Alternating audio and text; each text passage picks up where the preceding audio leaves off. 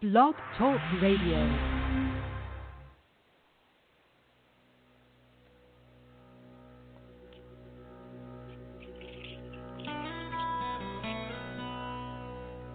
I miss my little Elvis.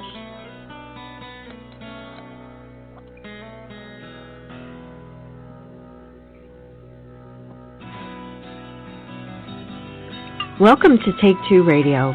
We are pleased to bring you interviews with people in the entertainment and music industry, discussions and recaps of the 4 remaining daytime soaps. That's The Bold and the Beautiful, The Young and the Restless, General Hospital, and Days of Our Lives, as well as various other shows. For upcoming and previous shows, check take2radio.com. That's with the number 2. And you can find us on Blog Talk Radio, iHeartRadio, iTunes, and other streaming apps. Follow us on social media at Take Two Radio, and thanks for listening.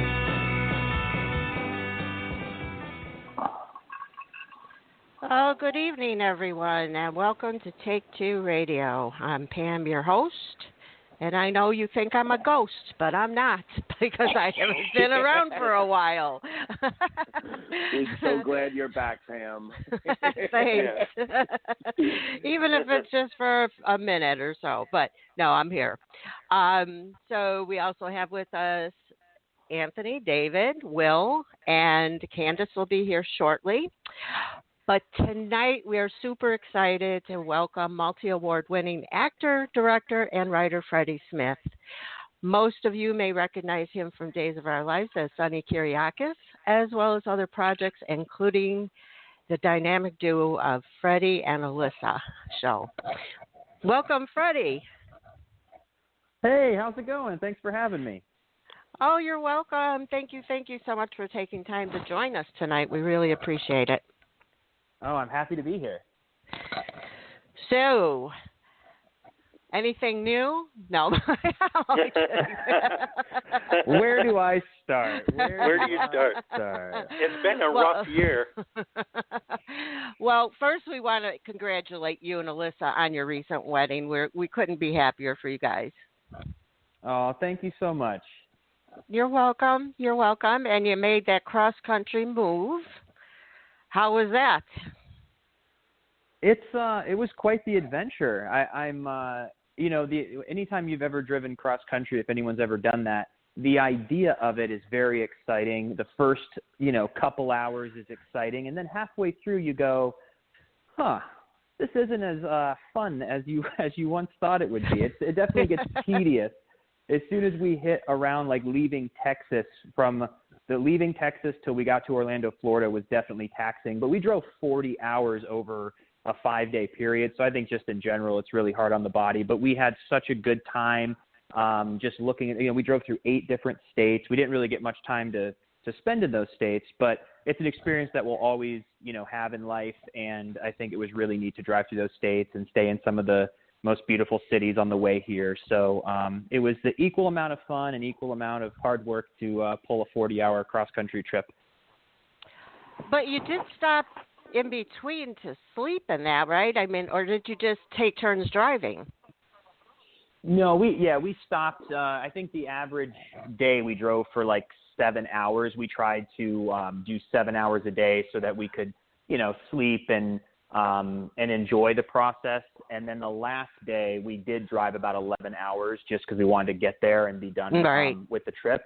But yeah, it was good. And that's why I said the first few days your body's like good with it and it's a lot of fun. But then towards the end you're just like, all right, I'm ready to get to Florida and settle down. So yeah, that's why it took us about 5 days.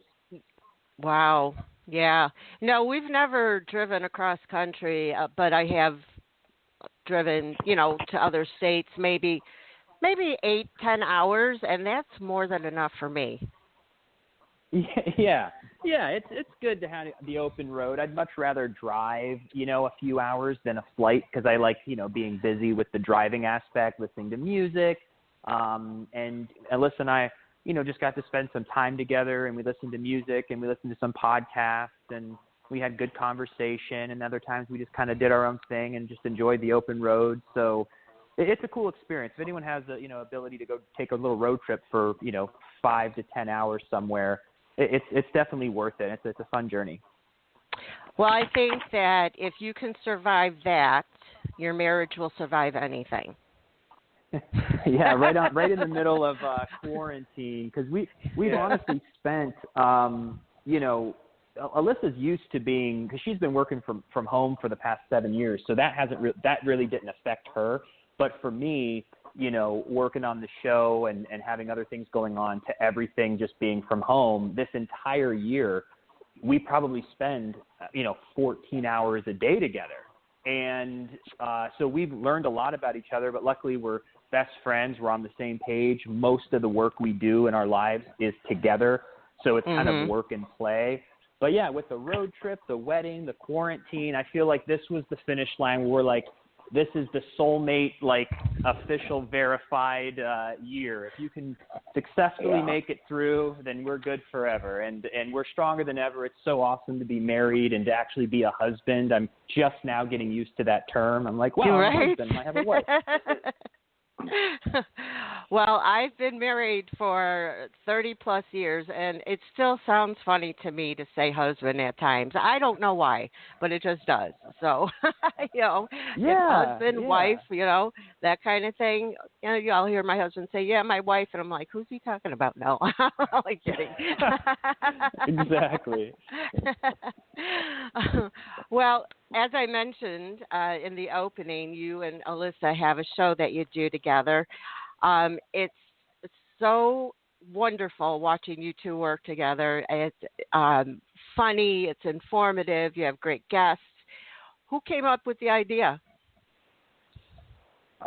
Initially, it was Alyssa. She was kind of pushing back in 2017. She's like, we need to start a podcast.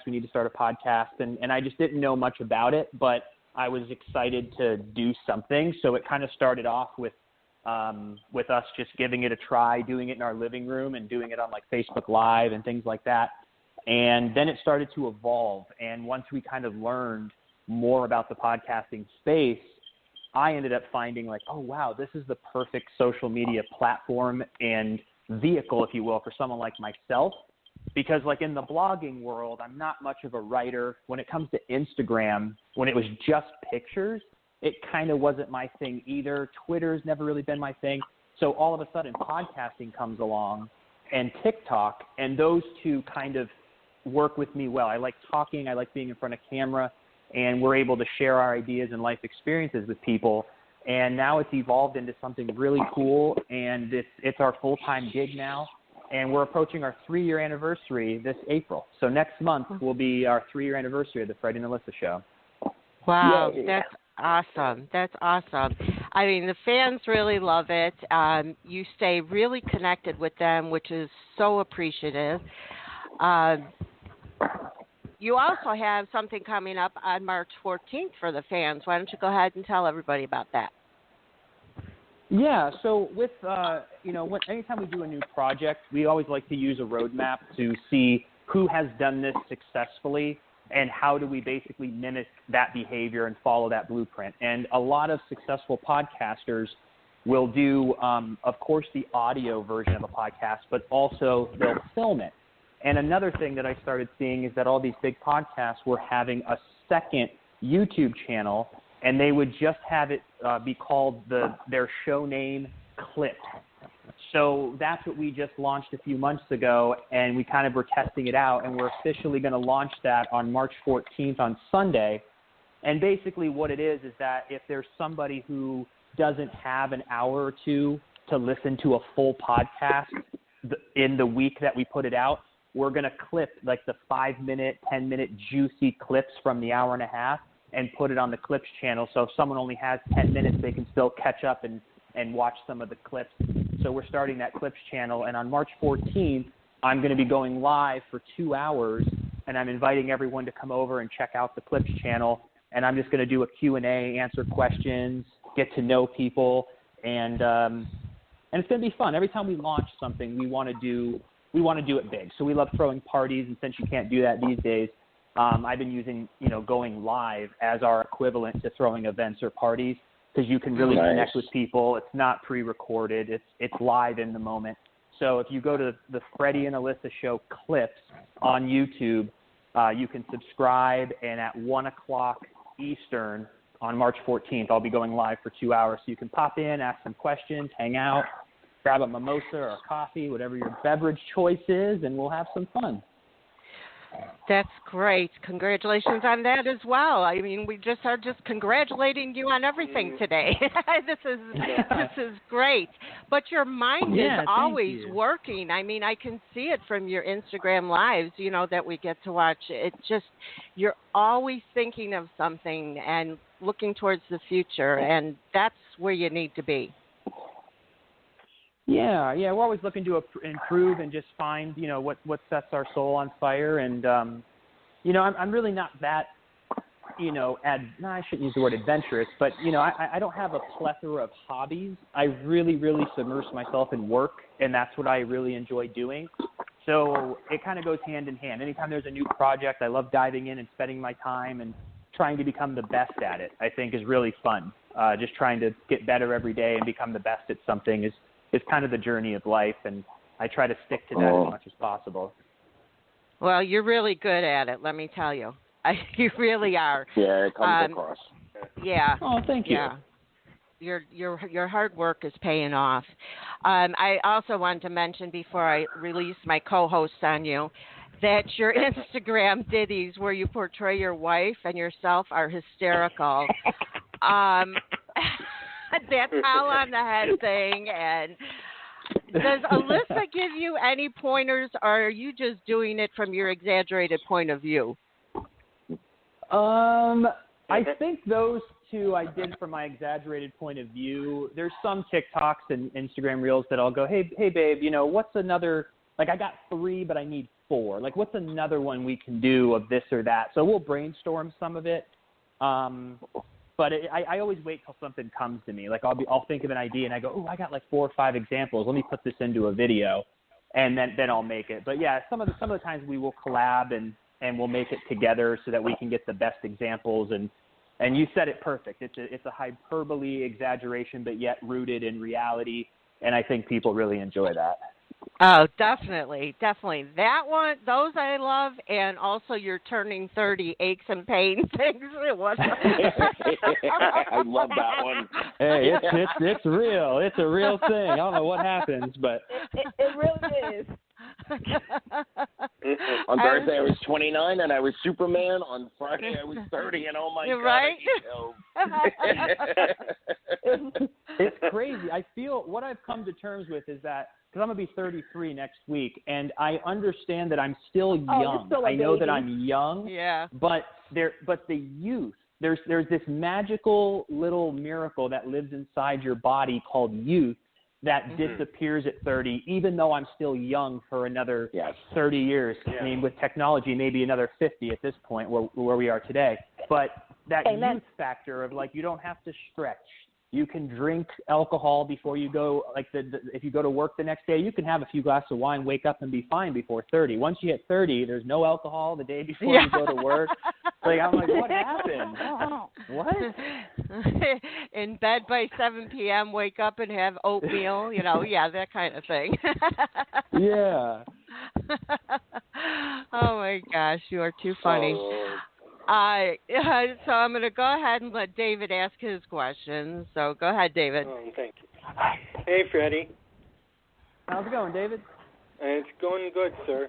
I just want to tell you, first off, it's been one hell of a year. I can't believe it's been a year since we closed down everything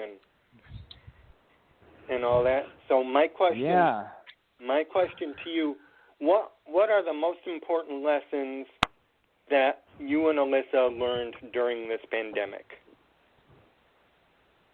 Well, I think the first lesson is it kind of made you take a look at your health, and I think we all kind of had a really good run as a human being for the past decade in many different realms. But health was one that we took a look at, where you start going, I should be healthier, not just thin, like work on my actual weight on the scale, but how can I make myself healthier? And I think sometimes because of our busy lives, we all get away from that. And this kind of shines some light on, maybe I should have some more vegetables and drink a few drinks less, or not have as much sugar, or go for a walk more often, get some more sun. And so we really kind of, even though it was difficult, I can't say we successfully did it all year, but we definitely had a lot of pockets of time that we were really good on working out, really good on our diets, and we're currently doing that again now. And you just feel better. It's good for your soul, and it just kind of protects you better than if you weren't taking care of yourself. So the health thing was number one. I think the importance of human beings and human touch and your family and friends, like true connection, when it's absent, you really can tell like how a human being needs. You need love. You need hugs. You need touch from other people, other than your spouse. I mean, that's the great thing is like, Alyssa and I've been together, but to hug your friend or to shake hands or, that was really lacking this whole year. And my parents are actually coming to visit next week, so I can't wait. It's been 15 months since I've seen them last in person. So I'm really looking forward to that. So I would say those are the two things, is that your relationships are really important and your health is really important. And we should spend more time in our life on our health and our friends and family than maybe worrying about things that don't matter as much. Yeah. That's an important thing for everybody. Yeah, it's just a good way to go. So it was a bad year. A lot of people lost their lives. A lot of people got sick. A lot of people lost their jobs. It was like a really terrible year. But through that adversity, a lot of good came out. It also kind of shined light on a lot of holes that we've had in our systems, in maybe relationships you might have had. It exposed a lot of stuff, and it allowed us to kind of be in this mess and go, all right, we have to put this puzzle back together. So what do we need and what do we not need anymore? Yeah. And so that was another good thing. Mm-hmm. Absolutely. Well, thank you for answering that one. You ready for round two? I am ready for round two. Okay. In your wonderful 9.5 years on Days of Our Lives as Sonny, is there anything you wished that you and Chandler could have covered?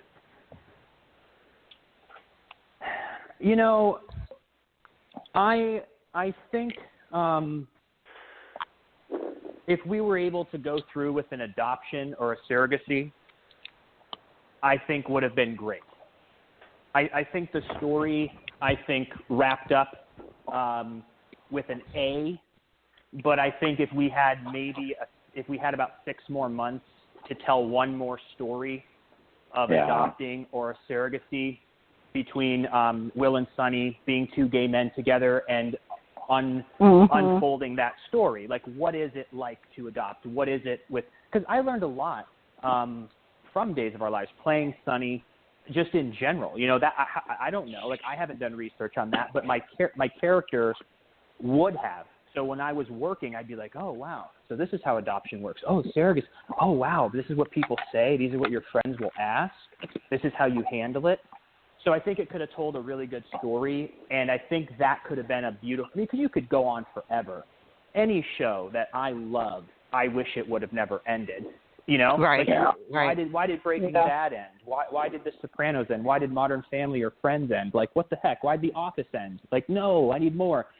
But all of those are classics. I think what we created was a classic love story that's going to live on forever. And I would just say that would have been just the cherry on top if we could have. But also, we were happily together, and we made it back. And, the last year that I was on the show, I really got to use my instrument. Like, thank God. Like, I'm really happy I got 2019 because I really got to play some storylines that allowed me to go to a place emotionally, to challenge myself as an actor. So I feel very fulfilled because of 2019's work. Wow. Yeah, it would have been great for the fans to see that as well. And, maybe somewhere down the road that just might happen. So we'll just keep our fingers crossed. Yeah, okay. I think that would be what they would do, if anything, right? Like, I don't know where else they'd go. I feel like that would be the – but who knows? I never predicted a storyline.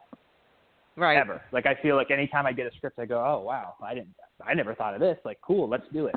So who knows what they would come up with in the future? Yeah. Yeah, that would be awesome. Well, thank you, David, for your questions, and we're going to go ahead and move on to Will. Hola, Freddie. This is Willie from Party Will. Hey, Will, how are you? I'm great. I want to say that I'm a big fan. Definitely love you as Sonny on days. I would kind of hope that the writers can kind of get Sonny a little laid back instead of always wearing suits and ties, because I liked it when you were like in the club with Chad, and you guys got to be a little laid back and a little casual. Nothing wrong with Sonny in suits. I'm just saying it always feels like Sonny's a little too stiff, and we know that he's a free spirit, so I would have liked to see a little bit more of that. But I've got two questions for you. The first one is, what has been the most fun moment in playing Sonny Kiriakis? I would say the most fun is the response from the audience. We had I think everyone has their favorite characters on the show, and because of our unique and special storyline, we kind of had this little extra sparkle when it came to people loving our characters, because not only did they love what we were doing, but it stood for something, and it made a huge impact, and that's the added bonus. And I never really knew that that's what was going to happen. So that was kind of a surprise to me. I always had the idea that we're going to tell this tasteful love story, but I couldn't have ever imagined what it was actually going to turn into. So as this unfolded over the years and then where it left off, I'm like, holy cow. So that was the most special thing to me, other than obviously as a professional having an experience of being on a TV show for 9.5 years. I'm very grateful and blessed, because that's very unique for someone to work in the industry for that long and that steady. I'm very grateful for that, and I'm very appreciative of the opportunity that I had all those years. Awesome. I love that. That's really, I like that. That's really sweet. So my second question is, and this is a fan question from Hannah Carpenter. She was asking, do you have any favorite movies? Any favorite movies? I am going to give a slight generic answer, because my favorite movies are most likely action films. It is my escapism. Me and my wife talk about this. Like, her romantic comedies are her escape, and mine are action. Where if I sit down and watch an action film, I'm entertained. I'm not thinking about being an actor or director. I'm literally just escaping. So I would say, like, the Fast and Furious franchise, one of my favorites. Liam Neeson and Taken. I mean, those are great. I mean, any big blockbuster action film, even the Marvel and movies like that. I just love action films. I think it's super cool, because you watch these films and I go, how the hell did they do this? Yeah. This car is falling out of a helicopter, landing in the middle of Times Square. Like, how? How is there a gorilla here? What? So I just think it's really cool. It's magical to me, because I don't know how they do it. But if I watch a comedy or a drama, I know how they're doing it, and I could actually do it. But with action, I don't know how they're making the film. Like, I don't know how they're doing it, so it's still magic to me, and I lose myself in that type of movie. Well, I'm with Alyssa. I'm into the rom-coms for my escapism. So, but action, I can definitely see some of it. I like watching. But rom-coms are number one. I think it's a woman-man thing. I think so. I don't know what. Yeah, it's like, I don't know. I think I want to be the action star, and I think maybe Alyssa wants to be the woman who's romanced. And I go, maybe I got to take some notes down here. All right, what do I got to do here? Run through airports, fill house with if you've roses. never seen This Means War, that will bridge the two of you guys together. Reese Witherspoon, Tom Hardy. This Means War. Yes. It'll bridge your two worlds. It's a great film. Now that I can get behind. That's a date night. I love that one. That's a great film. Well, thank you for answering my question. There's a movie coming out on the 31st. It's Godzilla versus King Kong. on the March 31st on HBO Max. Give it a check. Check it out.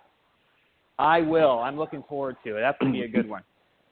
Yeah, they say the visuals are amazing in that movie, so I agree with Lily. Check it out. Thanks, Will, for your questions. We're going to go ahead with Candice. Yes. Hey, Freddie. Hey, Candice. How are you? I'm doing good. I had the fortune of meeting you and everybody else at the Daytime Pride event in D.C., which was like, what, almost 2 years ago? Yeah, that was almost 2 years ago. Yeah. That's before life paused. Yes, exactly. Yeah, because I had to leave because I had to go back to work because I cared so much about the kids. Anyway, so I want to, again, congratulate you and Alyssa on the wedding and the podcast and everything that this year is going to offer to you guys. I'm just going to give you future congratulations all around. So, thank you. You're welcome. So I have a couple of questions for you. Back in 2012, which seems seriously a long time, that's been a long time, you had told fans that you were dealing with Bell's palsy. Can you explain to our listeners about Can you explain to us about your experience and how are you feeling today? Yeah, it was a random, crazy experience for me. I'll kind of do a condensed version for you, so I don't take up too much time because this is actually a pretty long story. But I was going to Washington D.C. and we were doing an event there, and we were talking about anti-bullying and talking about health in schools. And it was a great event that I was looking forward to. And then on my way there, I fell asleep on the airplane. So I woke up an hour before we were going to land, and my face felt numb. And I looked over at the person I was traveling with, the publicist at the time, and I said, "Is my face okay?" And she goes, "No." She goes, "It looks crooked." And I said, "This is so weird." And I started Googling as soon as we landed what was going on. And then after I saw the symptoms, it sounded like it was Bell's palsy. And it really frightened me because my grandma had Bell's palsy 2 years prior, and she was 90, and she never got control of her face again. So it got better, but her eye never really fully opened. Her mouth never really got back to a full smile. And I literally, for a brief moment, was like, my career's over if this never bounces back, because the whole one side of your face goes numb. It almost looks like you had a stroke. And I ended up having to figure out what to do. A doctor came, he put me on steroids, and he says, "You're young. You're comparing it to your grandma. That's much different. Being 90, you're 22 or 23. You should bounce back in 3 weeks, hopefully." And I said, "Oh, okay. Well, that's the best I can do." And I ended up going to a CVS or a Walgreens or something, and I had to get my steroid prescription, and I had to get Scotch tape, because when you have Bell's palsy, your eye won't close when you sleep, and it'll dry out, so you have to Scotch tape your eye shut. Keep the moisture. During the first week, yeah. So, and then I went and did an 18-hour event the next day, which was crazy. My whole face, I couldn't smile, and so all the red carpets, they're like, "Smile," and I was just kind of grinning. But I did the whole day. I ended up flying back, and then gradually it started coming back, where you would look in the mirror and you would smile, and you would start seeing more and more of your teeth again.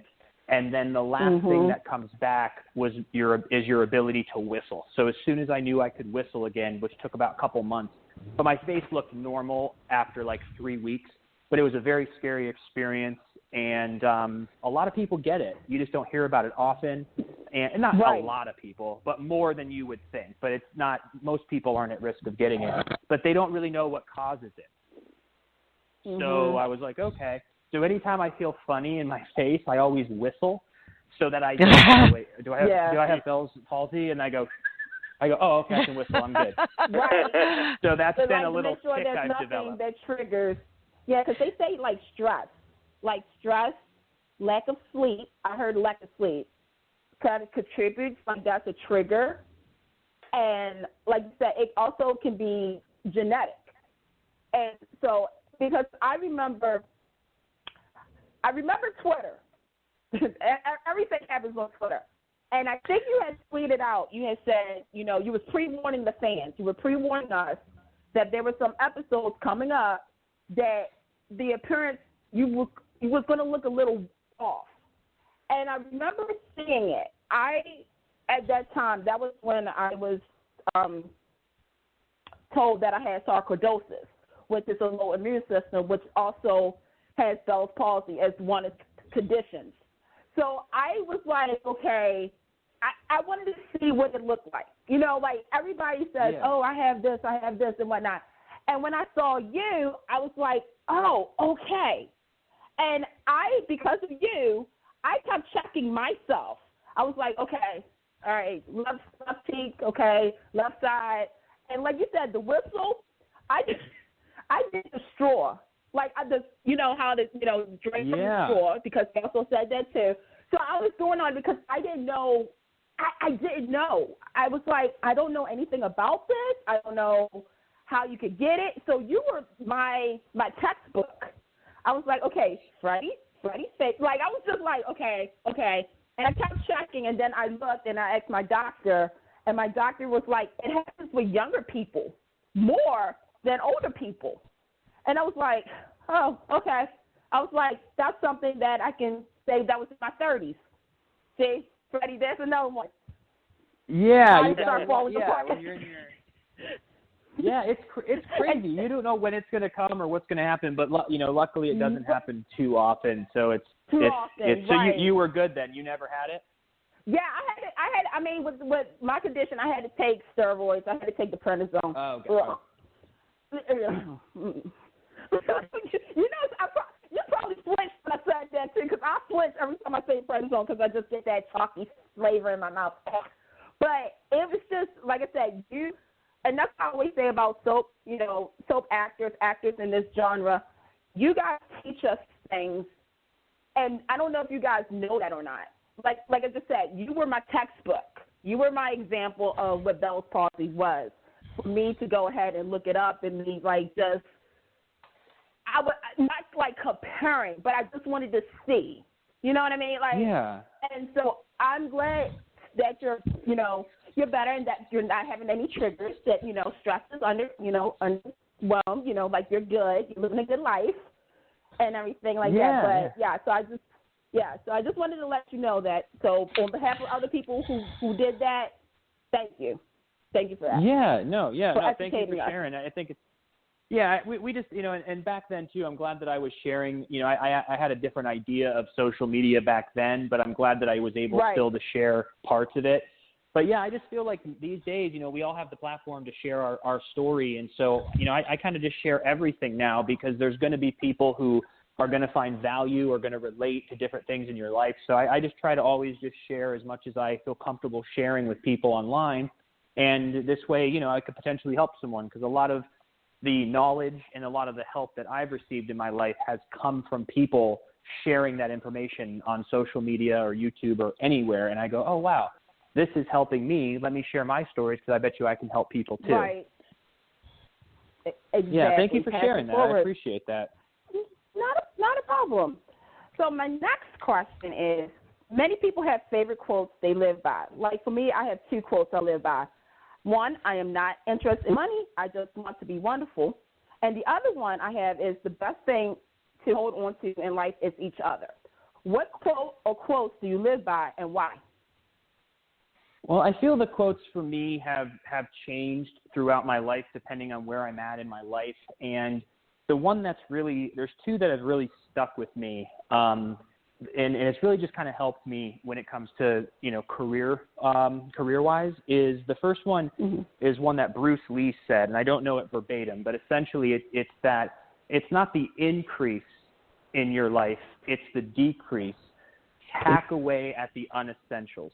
A lot of our stress, a lot of our problems, a lot of us not having time or being too busy is that we have a lot of unnecessary things in our life that we can decrease. And a lot of people think, oh, I need something more in life. I need more happiness, more love, more money. And they try to increase. when if you just get rid of the unnecessary, you're going to open up a lot more time and space in your brain to succeed. So I always remember that. If I get overwhelmed, I go, you're taking on too much. Decrease, hack away at the unessentials so you can refocus and move forward. And then the second one, which I've really needed, is from Winston Churchill. And he said success is being able to move from one failure to the next without losing enthusiasm. And that is huge. When you do a lot of different projects, you're going to face a lot of failure. Oh my God, yes. And sometimes you can lose that burning desire, and you go, and that's the key to success, is how do you move from failure to failure without losing enthusiasm moving forward. So I always remind myself that, like, failure is part of the formula. If you fail, keep moving, keep that enthusiasm, because you're gaining all this knowledge. So those two in the career aspect have really kept me grounded, and anytime I'm feeling out of place, I remember those two, and they get me back in it. Those are both great. I mean, those are words to live by. Definitely. Exactly. Yeah, that was a great question. Thank you for that. I love that. Yeah, but they change throughout your life. You know, depending on where you are in your life, there's going to be quotes that hit different. Yeah. Yeah, and right. I think I got those have been my quotes since, I'm going to say probably since I was like 18. And it just spoke to me. And now, since this is my last year as a 30 and then the 30-year-old crowd, be 40 next year. I'm okay. I'm okay with that. All right, I'm okay girl. with it. All right. I'll be okay. I'll be fine with it. You know, I still can't believe it, and I take it with strive, because some people didn't make it, but right. I'm still here. I'm still here, but it's just I can't believe I'm 39. I'm going to need therapy later about this. But, you're gonna be great. It's a wonderful thing, girl. You'll enjoy it. Definitely.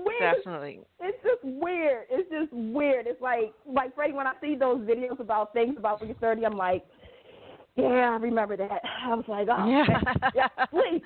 I'm like, sleep. What happened with me and sleep? Me and sleep used to be, it's like, okay, you would have 2 hours of sleep. You would think you just would sleep for 8 hours. Like, hey, girl, here I am. No, not anymore.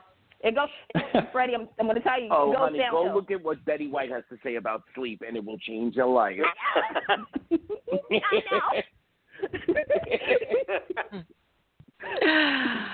Oh, my gosh. Well, thank you, Candice, for your wonderful questions. You're welcome. And last but not least, we have Anthony. Well, Freddie, I am so glad that they actually saved me for last. First and foremost, welcome to Florida. Today is a year to the day that I live in Florida. I came to Florida for love on the same day that they announced officially it was a pandemic. I was supposed to go home right after Easter and figure things out and move down here, in the fall, if not after Christmas of last year. But the pandemic came along and I stayed, and it was the absolute best decision I've ever made. So welcome to Florida. Oh, it's a great everything. Yeah, thank you. Yeah. I'm in Miami. I'll be in Orlando towards the end of April, so maybe we could possibly have a drink, but, Anyway, I have 3 questions for you, if you don't mind. Oh, sure. I first not at all. met you and came into the Freddie Smith world for Beverly Hills, which, was a great role for you. And you are one of my dream guests. The 3 dream guests that I would have would be Miss Maura West, Mr. Tony Geary, and from your show, Miss Suzanne Rogers, and then right under that, you come, I swear to God, next. I love it. I love it, Anthony. And you'll know why when I give you my second question.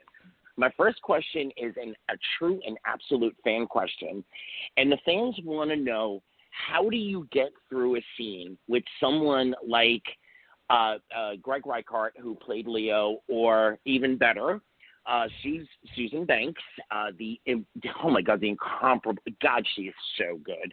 How do you get through a scene with a character like Susan or a character like Leo without breaking?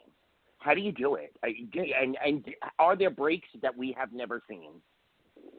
You know, we get a lot of it out when you're rehearsing, you know, because after a while, if you're doing the same scene, you'll kind of get the laughter out of you. And so that really helps, is kind of like going over it and over it and over it. And then also you just really have to trick yourself to go, look, you're not Freddie watching this talented actor. You are Sonny, who is in this scene. So don't forget that. And then the added, I don't know if you want to call it a bonus, but the added thing to it is we're on a really tight schedule, and there's kind of like an energy around there of like, look, like if you need an extra take, you have that extra take. We're here for you. But if you could just do it in one, we would love that. And that's kind of the energy. So we never go in going like, hey, it's Freddie's hour. I can kind of mess around and have fun. It's like, no, people are really trying to get this done. So that added like pressure of this is kind of how we work. You just in your mind go, don't be the guy who messes this up. Like focus. This is your job, and do it right. So I kind of use all three together to get through that. And I only broke once with Greg Rickert. And that was the only time. So I think in my entire 9.5 years, I think I've only broke with laughter like 2 or 3 times. But a lot of it's not funny. It's a lot of drama. So it's not like we're doing a comedy where I'd probably break more. But there was probably only 2 or 3 times, and once with Greg Rickert, and it was the line where he goes, yeah, you can call me Uncle Leo. Or whatever that line was, he thought he was John's son. And it was the way he said it. That because I don't look at him, like you'd have to look at his forehead so that on camera it would look like I'm looking him in the eyes, but I'd really focus on his forehead so that I wouldn't, because if you make contact with his eyes, you'll see his soul and you will die laughing. Yeah. I look between his eyes or forehead. I have to imagine that it's the same with oh God, why is it breaking? Why is her name not coming to me? With who plays Susan. God, Stacey. she's so talented. Stacey, yeah. Thank you, Stacey Heideck. I have to imagine that you have to look away or something to not break up, especially, God, that scene about the, cutting the rope through with her teeth. I would never have been able to get through it. There's no way. You know what really helps too though is how the character feels about, like when I was working when the characters Sonny and Susan were together. Sonny was kind of feeling what the audience was feeling, where you're kind of looking at her and it's okay to think that she's like a little off, and it's like kind of okay to crack a smile. It's kind of okay to be confused. But with Leo, I hated him.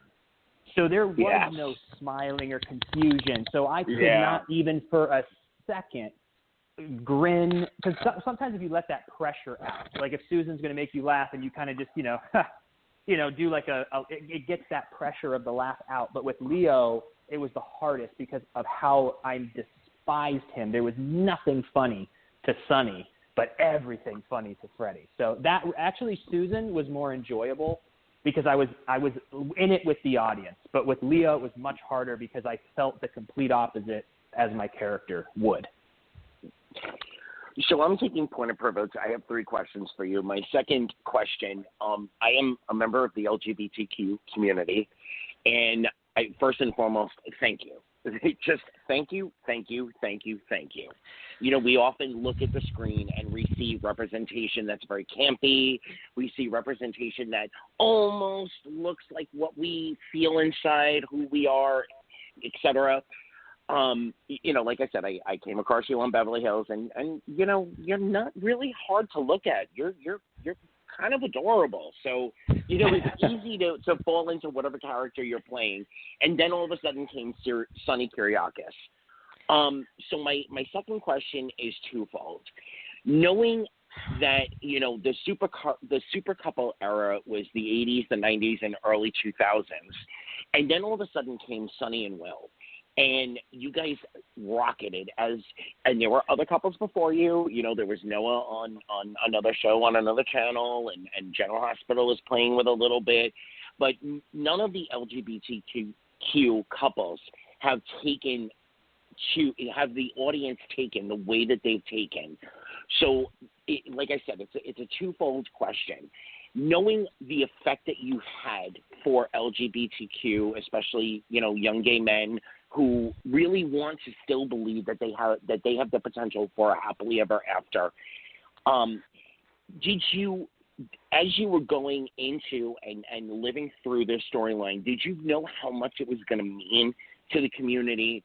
And having played the story for now, because no one's ever done and gone in Salem, but having played through the story for now, do you feel that the story that you played gave justice to the LGBT community? And like I said, the first part is, do you realize how much you have meant to those of us that really want to believe that there's a happily ever after for us? Well, you hit a lot of nails on the head. And before I answer your first question, I am so happy, especially in retrospect. Like, I can really visualize what happened and what we created with Wilson now that I've been off the show. Because sometimes when you're in it, it's still your work. It's still your responsibility. You have to wake up. You have stories to tell. You're in it, so you're almost like attached to everything as a work thing. Now that I've been done, I've looked back in retrospect, and it really hit another level for me of, wow, like, what? This is crazy. Like a once-in-a-lifetime crazy experience that was just so beautifully done. And I really give props to Days for writing a truthful love story, and that's why people loved us. Because like you said before, it can sometimes be campy, and dare I say, even these days, some of it is forced. Yeah. And I don't like it. It's like you're doing forced. it to check a box, which to me is defeating the purpose. Like, why are you forcing it? Like, it should be real. Like, how is it 2021 and there's still being forced LGBTQ storylines? Like, why is there an agenda? Why can't you just tell a story? Like, have you watched Schitt's Creek?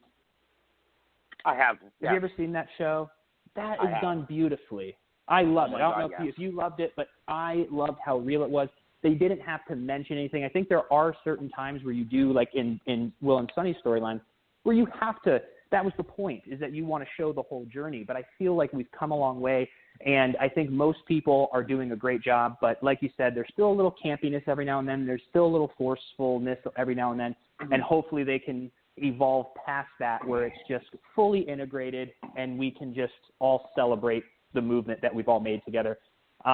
Your first question, I had no idea, like none whatsoever, that it would be this big.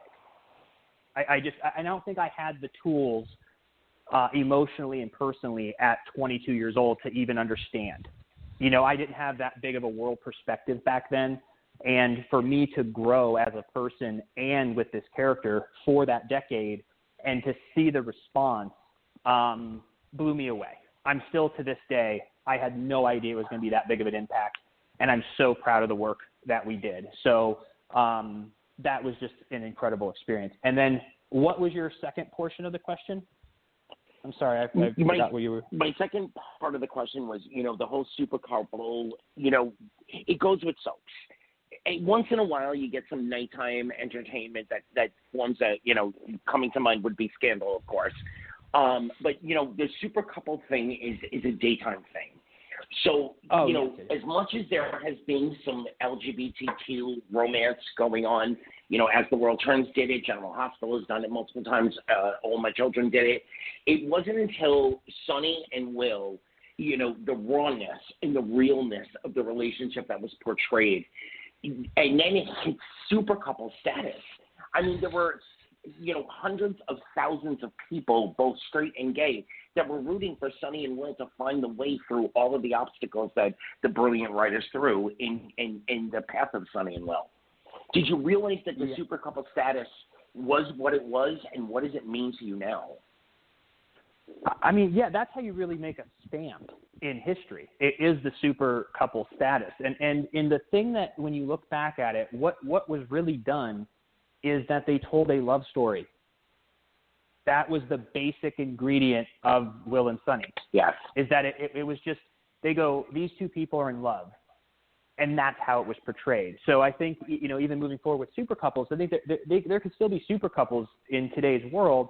It just has to be based on love. The reason people want us to be together, like you said, gay or straight, is because love is universal, and you root for people who you can see have love, and you want them to be together. And it's just been amazing. So I'm just so proud of the whole entire book of work that we did, the impact that it made. And there was even one of my recent favorite stories I like to share, because I've heard from a lot of young gay men who were able to come out because of our storyline. I have so many amazing coming out stories, and that just touched my heart. And recently, I got one of my first tweets, or I can't remember where it came from, but it was a woman who is straight and said that she never really understood love between two men. She said she never had anything against it, but she just didn't understand. But after watching Will and Sonny, she understands it. And if her son or grandson were ever to come out as gay, she would accept it because she now understands because of our storyline. Wow. That's nice. Huge. It gives me goosebumps like, even saying it. Like, it is. What? Like, that's so cool, because it just showed that she didn't understand, and because of our work, now she does, and she's open. And I think that is how change needs to be made. And I think that is our biggest issue in 2021, is that people aren't trying to create change through inspiration and storytelling. They're trying to bully people into change and demonizing the opposite idea, and you're only pushing people further apart. If that woman 10 years ago was called a bigot, not that she ever was, but if she was attacked for not understanding, she would have probably taken a harder position against it. But because we told an inspirational love story, she was able to learn without feeling attacked or bullied, and that's how she was able to feel enlightened and go, oh, wow, this is awesome. So we need more of that in today's world, but it just isn't the culture for some reason. It's just way too aggressive, and people aren't learning because they're being demonized rather than being inspired to take a look and to learn. So we have to somehow figure out how to do that at a big scale, and I don't know what that's going to be, but I just think that's the problem. It's just, what's the solution? And that's basically where we're at these days. Like, how do we create a solution for this? So I said I had a third question, and it's also a twofold question. But before I actually pose the question, I just want to say thank you. Thank you from the LGBTQ community for having the courage to take the leap that you took, the leap of faith into the art, into what you were presenting. There's no way that if you didn't fully commit to what you were playing, that it would have come across as the magic that it came across on screen. And you gave a community. Now, I'm a little older than you, and I've already come out, I've already accepted who I am and all the things that come along with that. But being able to see it on a day-to-day basis in a story, continuing story that I absolutely love to watch, it made my world, it gave me fireworks, it gave me happiness, it gave me validation and joy. And if you didn't fully commit to playing it, you know, and Chandler and Guy as well, you know, the three, all of you, Leo as well, Greg Reichardt, if you guys all didn't fully commit to playing the characters that you were playing, it wouldn't have come off authentic, it wouldn't have resonated with the audience at large, but most importantly for me, to the LGBTQ community, it wouldn't have come off as authentic. We wouldn't have bought into it. So first and foremost, thank you for letting go and having the faith to play the character that you played. So as a fan, thank you for that. Thank you. I appreciate that, and that means the world to me. Thank you so much. I mean that I have wanted you, and I'm sorry about the snafu that happened late November, coming to the show and all that, but you know, that's behind the scenes stuff. Thank you for coming on. So from a fan standpoint, you know, a lot of people want to know when you were presented with what you'd have to play, it's got to be daunting to know that you're going to have to kiss another man, that you're going to have to put on screen love in this way. Were there moments where you said, you know, to yourself, I got to let go of being Freddie and just let Sonny be Sonny? How did that work? Looking back at the whole process of it all, knowing what you've done for the LGBT community, was it worth it? Oh yeah, no, it was totally worth it. I was really nervous, I think, for our first kiss outside in the Brady pub. I remember my heart pounding for that. But I think I would have been nervous in general, male or female, because it's just awkward. Like most kissing and lovemaking is done in the heat of the moment, and or because there's genuine love and lust between people, and you're like in the moment. But when you're on set, like you're just hanging out, and then all of a sudden you're put into this scenario with 50 cameras, microphones, makeup. So I think regardless, when you're doing love scenes or makeout scenes, if it's male or female, you're just a little nervous because it's like out of the box. It's not what you're used to in an intimate setting. But I definitely had that little extra nerves during the first kiss. And once we did, I think it took maybe like a year where we slowly got to know each other. And then, we just let go. I mean, there was someone who works in props, and his name is Elbert. And I remember he even told me one day, he goes, you got to let the character take the driver's seat and just let the character do its thing. And I said, you're so right. And so it took about a year. And then once we slid into that pocket, it was just magical and beautiful. Me and Chandler got to know each other. Me and Guy got to know each other very quickly. Christopher Sean, like all the amazing people that I worked with over the years. We just made sure we were comfortable with each other. And this is like a cool thing that I learned is I stopped thinking about it as like, oh, this is a guy, because once the characters were in love, that's what I was portraying. And I know what love feels like. Love doesn't feel different for a gay man or a straight man. Love oh my God, thank you. is love.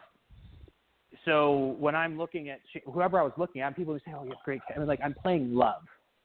And so no matter who it was, I know what love feels like, just like I know what sadness is and anger. And you just portray that emotion, and it just kind of fell into place. So the past 7-8 years, once that kicked in, it became second nature, and it was no big deal. It was kind of like the nerves went away, and you just pop in some Altoids before to get rid of your lunch breath, and you go to town. Oh, those Altoids. Mr. Freddie, no matter what, and I know nobody wants to be defined as an actor for one character, but no matter what comes, you have given the LGBTQ community, and I'd love to say this to Guy or Chandler, but unfortunately the way that the storyline was written, there was a lot of throughway. You've given the LGBT community something to hold on to, something to look at, and be very, very, very proud and to aspire to. And the fact that you went all in, and it really showed on screen that you weren't a straight guy playing some gay character. You were a guy who was playing someone in love. And that was the first time, I think, really, honestly, network, whether it be nighttime or daytime television, it was the first time that it came through authentic like that. So no matter what happens in your career going forward, thank you from the LGBTQ community for giving us that representation the way you gave it, with all of your passion, with all of your heart. Because if you didn't put your passion and your heart in it the way you did, it wouldn't have come across the way it did. Amen. The writing was amazing. Yeah, I'm never going to take away from that. But if you didn't commit to that writing, it wouldn't have come across the way that it came across. Well, that's so nice of you. Thank you so much. That means the world to me. And it was super special. And I'm so happy that I was able to be a part of that storyline. And it was awesome. So I appreciate you saying that, because that's our goal. When you're an actor, you want to affect the audience, and we did that. And so I feel like we did our job, and that's just that cherry on top, is that we not only enjoyed our job, did it well, but we made a positive impact. And you don't always get to do that. Sometimes actors, they get to have that fulfilling moment, get to be challenged, and it's entertaining. But how often do you get to truly change people's lives with a storyline? So I'll always be grateful for this experience. Awesome. Thank you. Thank you. All right. Thank you, Anthony, for your questions. And Freddie, thank you so much for joining us tonight. I'm sorry we kept you a little bit longer, but we could talk to you for days on end. Yeah, we could. I love having good combo. You all asked so many great questions, and I appreciate the thoughtful questions. And also, too, Anthony, in the future, we're going to try to figure out a way to start getting together with people. It's definitely on the top of our list. So I love that you're nearby. And once we kind of feel safer with things like opening up and getting together, we'll plan something. You know, I've been really wanting to connect with people. I'd love to be able to shake your hand, and so sometime in the future we'll figure out something and we'll get together and do some sort of We're in Orlando all the time. We have family there, so I really do hope that we get to break bread, have a drink, and be able to celebrate everything. And I know your career is only going to go leaps and bounds from where you are. The passion that you put into making the character real and making the character relatable, there is no way that you're not going to. I predict one day you're going to be accepting the gold Oscar and saying, "Wow, it all started with Beverly Hills," or when I first kissed Will. Candice, you know what I'm saying, right? Yeah. Girl? Yeah, I know what you're saying. I'm like, thank you. I'm like, I know him. I'm like, I know him. Like, I know him. When we take our glass and say, awesome. And I want to thank we're you actually again. having a toast in person, I promise I'll call you with Freddie, and he can tell you how much he loves you. That's a deal. That's a deal. And if there's ever a time you want me back on, I love being able to share ideas and chit chat. So don't hesitate. I would love to pop on anytime and have open conversation like this. So thank you all for your time and everything, all the questions. It's been great. So I appreciate you all. Oh, thank you. Tell Lily he said hi, and thank you, and tell her thank you for letting us have you for the hour. I will. I'm sure she was happy about it. I'm going to wait for another TikTok. I'm going to wait for another TikTok video to drop of you pretending to be her, because I want one with her pretending to be you. Again, I want that. Yes. Just saying. Yes. We'll be on it. We'll be on it. Keep a lookout, and we'll have some good ones dropping soon. All right. Take care, Freddie. Thank you. All right. Take care. Be safe. Have a great night. All right. You too. Bye-bye. He's so much fun and so interesting, so creative, so funny. Oh my gosh, he's funny, and anybody who's listening, you really need to follow him on social media. You do. I'm telling you, you're missing out on tons. If he's one of your favorite people, one of your favorite actors, characters, whatever it might be, you really need to follow him on social media, especially Instagram and his YouTube. And don't forget about his upcoming event on YouTube. What did he say? The Freddie and Alyssa show clips, right? Right. Clips. And so, Pam, I want to thank you. I want to thank you so much for making this all work out. The snafu behind the scenes between the production, publicity, and his actual people. We were supposed to have a date in November, and thank God it all ended up working out. As you guys know, behind the scenes, I have to pop off. I actually have an American Council of the Blind virtual convention meeting, and I came out, so to speak. I came out of the closet a long, long time ago, but I came out on Take Two Radio a couple of weeks ago, being completely blind and having lost my sight, and so I've become very, very entrenched in the American Council of the Blind, and because of the pandemic, where they're no longer able to do in-person conventions, so they're setting up a virtual convention, and I'm part of that planning meeting.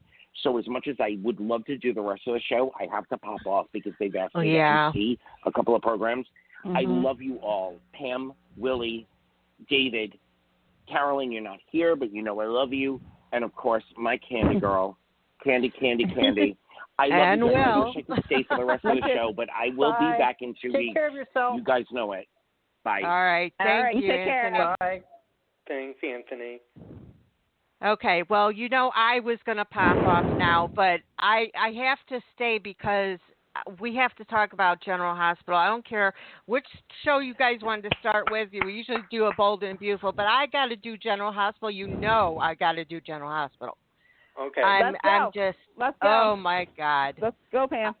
I have not Pam. seen today's yet, but I'm in a quandary, I guess you could say. You guys know how I feel about Peter, that I love him, and Oh, anytime you guys bring up the mention of him being killed or whatever, it's like, nope, stop. Don't even talk. Don't go there. Have the whole story planned out. Don't go there. That's it. Is that why you haven't been listening to the show? Oh, who says I don't listen? Who says I don't listen? Because we keep talking about Peter every show, basically. Yeah, well, it's there's always that fast forward button. So, but I'm in a quandary because I love and adore Roger Howarth, and what happened better not. I mean, from what I've read, he's coming back, but we don't know if he's coming back as Franco.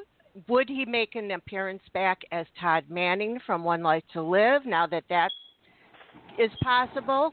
Or is he going to come back as a new character? He best not be coming back as a ghost. That's all I can say.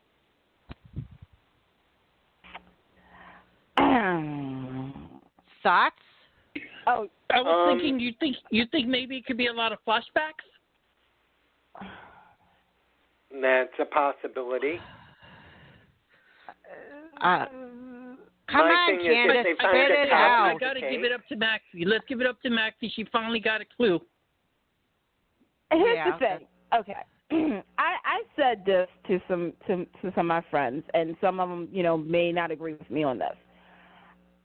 First and foremost, we don't know how long. Quote, like we know he's returning in May. That's what and he's trusting the writers to deliver a good thing. With that being said, I'm sorry, folks, but I think Franco is really gone. Rest in peace, Franco Baldwin. You lived a good life, even though you did some messed up stuff. No. It can't be. He's got to come back. Okay. He's got to come back. Wait a minute. Well, here's the thing. If they do away, because I said this, is that we also got to remember this, and I told this to a lot of people. They're making Peter to be. Pam, cover your ears. They're making Peter all around, like everybody now has a stake in getting rid of him, like for real. And there's the shocking death that Peter has done, which is Franco, because it was either that or a tumor that was going to get Franco out, right? Okay. I think in the weird way of General Hospital, they could have him come back as a recast Drew. Now, listen to what I say first. I've seen that too. Mm-hmm. Yeah, is that, again, I think Pam, cover your ears. I think this is a setup, like the next couple of weeks, maybe 2 months. This is probably going to be Peter's endgame. And who better to end it than the person that he, quote-unquote, killed on a plane overseas that we never really saw a body, even though we got the memories and stuff like that, would be Drew. Like, if they set up a who did something to Peter, who done it, you would not think it was Drew, okay? And I could see them bringing Roger on to wrap that storyline up. I can see that. Now, with that being said, I would really be interested in seeing how they would do this, but I also can see them bringing him on as Todd Manning. And I know what y'all saying. What? Why? Okay. For those who don't know, Todd Manning was on General Hospital before Prosser Park got involved. Yes. And it would be, and the thing is that, Frank still, like Frank will still try to push in a little bit of One Life to Live. We saw that with Nora Buchanan. It would be unless they have Kathy DePaiva come over, I don't even see that happening. Like, and that, if they did, again, I would be interested to see it. Right now, I'm just curious. I am curious of how they're going to do this. And well, I just want to wait and see. I'm thinking, like you were mentioning about him coming back as Drew and not knowing how they do it. And I'm thinking that maybe, Franco isn't dead, but because of all the stress and trauma and the brain tumor and all that, that he's gone through, and he comes, this is not a real death, and he comes back, but he's now full-fledged Drew in his head. until they remove that tumor. So while he's full-fledged Drew in his head, that's where he comes back to get his revenge on Peter. I mean, I can see that too, but I'm also like, to me, that's a Cassadon thing. You know what I mean? Like I'm just really curious because if we're gonna have, and I think I've talked to some people about this, is that if you have Drew take in Franco's body, then are we going to do a Drew and Elizabeth? You see what I'm saying? And we still have that baby coming. We still have that baby. We still have. Yeah, but that's Peter's baby. Right. No. We still have. But we still have the baby that was. What was her name? Tamara Braun. Kim's baby. Oh, yeah. That baby. Yeah. I mean, to me, I think that's not even going to be written in or anything like that. I just think, like right now, this is a real interesting situation because, you know, when we saw that episode and we knew that Roger, there was some negotiations, he did, took a pay cut and stuff like that. It was like, okay, was this going to be the shock? Because remember, they kept saying there was going to be more budget cuts on General Hospital, and we all was like, is this going to be the big one? Is going to be the one that really just be like, you know what, here you go, so Twitter, Roger Howard's out. So when they said, when his interview saying, I'm taking a hiatus, but he's doing cameos, which is $100, right. But all proceeds goes to Feeding America. So if you know somebody who is a loving fan, One Life to Live, yes, he was on Guiding Light, as well Turns, and Dawson Creek fans, y'all remember he was Joey's professor. Yes, if you want him to give you a shout out, go to cameo.com, and it's $100, and like we said, the proceeds go to Feeding America. With that being said, he said he's going to be doing that while he's taking a hiatus, and then he's going to be back, and he trusts the writers. So you know what, General Hospital, you got me interested. General Hospital, we had our moments. We've had our moments. But I must say, this was like really good because I want to give a shout out, if that's okay, to William Lipton, Rebecca that Hurd. was going to be my next, so go ahead. Yes.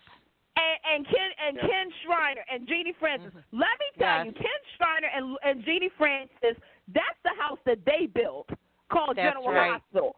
Because that, to me, the scene that broke me was something that I've actually heard before.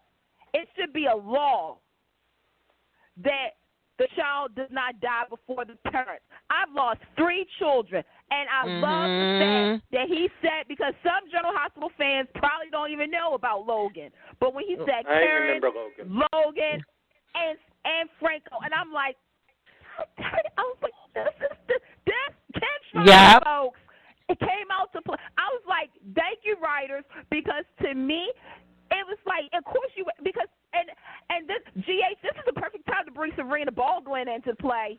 Yeah. Because she didn't even get to know Franco like that. Like, I think that was, like, you could tell the rage, especially the moments leading up to Franco's, again, William Lipton, I see, honey, let me just say this. You deserve the Jonathan Jackson treatment in a sense of you are a bright star. Can we get William on the show? You are a bright star, honey. Shine. And you have Rebecca Herbst. If Rebecca Herbst does not get an Emmy nod, I'm calling for a riot. I'm not even William too. Yeah. That's what when he broke down. When he found out Franco had died, I mean, I don't tear up easily, but whoa. Because you got to realize that's the 4th father he's lost. Yeah. If you're going to go there, he's lost 4. One he didn't know, but the rest of them has Lucky. I don't like how they did that with Lucky, but Lucky's gone. You had Rick. You had Franco. And he's been through. Cameron has been traumatized enough. He lost 2 of his friends. He was almost shot at. Like, this boy cannot get a break. And the fact that I broke when Elizabeth fell there. I was like, oh, my God. When her and Laura was in the scene at the police station, you know what scene I flashed back to is when she found out that Lucky died in the fire. I was like, this is what I'm talking about, the connection. Yep. And GH, I want to say this real quick. GH, where's Elizabeth's family? Get Stephen Lars out of jail. Get Tommy on. Get his mama. Let's find out Gregory Harris is really playing Elizabeth's father. But she didn't know. I don't know. But to me, this was classic General Hospital, straight from the 90s, early 2000s. I haven't felt like this since Tamara Braun when she thought that Michael died. I was like, yes. Yeah. Emmys all around. Yep. These are not just Friday cliffhangers. This is like everyday cliffhanger type of thing, and keeping you on the edge of your seat like no other. I mean, I've just been pulling my hair out with what's been going on and waiting. And not only that, you have the whole, besides that story with Franco, the paternity about Chase. I mean, I was like, oh, we're going to expose everything now. Like, this isn't going to be a hush-hush little thing. I like, was totally shocked. I was totally shocked when they came out with that. I was like, what? Now it's happening? Right now? You're telling us?